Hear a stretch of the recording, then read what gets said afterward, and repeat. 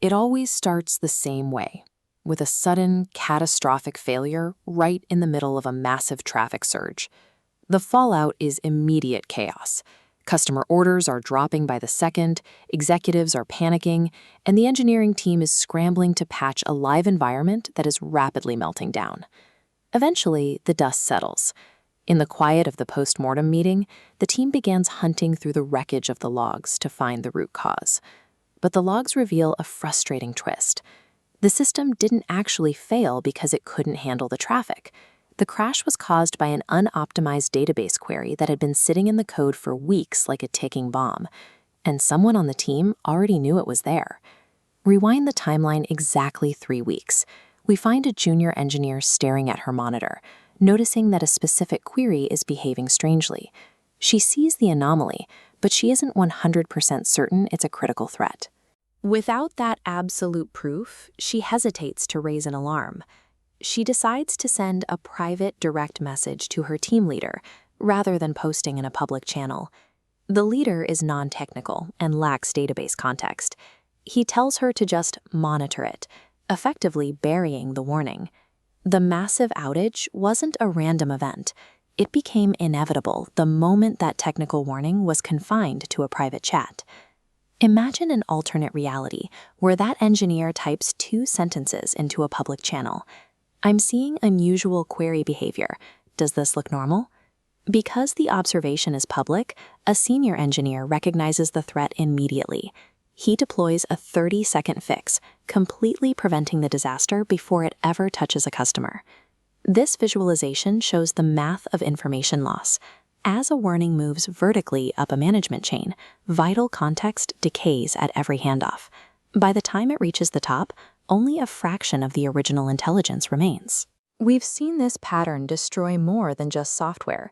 Before the Space Shuttle Challenger launch, engineers warned management that the cold weather would cause the O-ring seals to fail.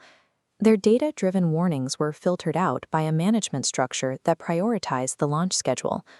Whether the failure is an O-ring or a database query, when management filters out inconvenient warnings, the explosion is simply the moment everyone else finds out the feedback loop was already dead.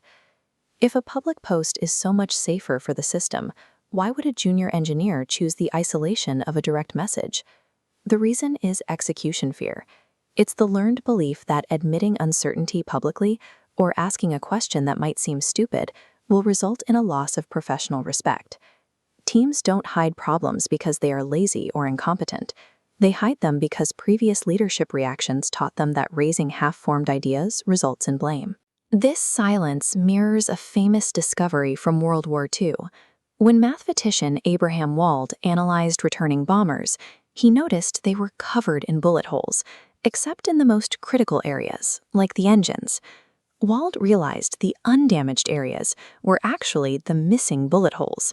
The planes that took hits in those spots didn't return to be studied. A quiet team with no public questions is exactly like a plane with no bullet holes. The lack of visible damage is a sign that the most fatal flaws are simply being hidden from your view. To fix this, leaders must actively build environments where not asking a question feels more dangerous than asking one.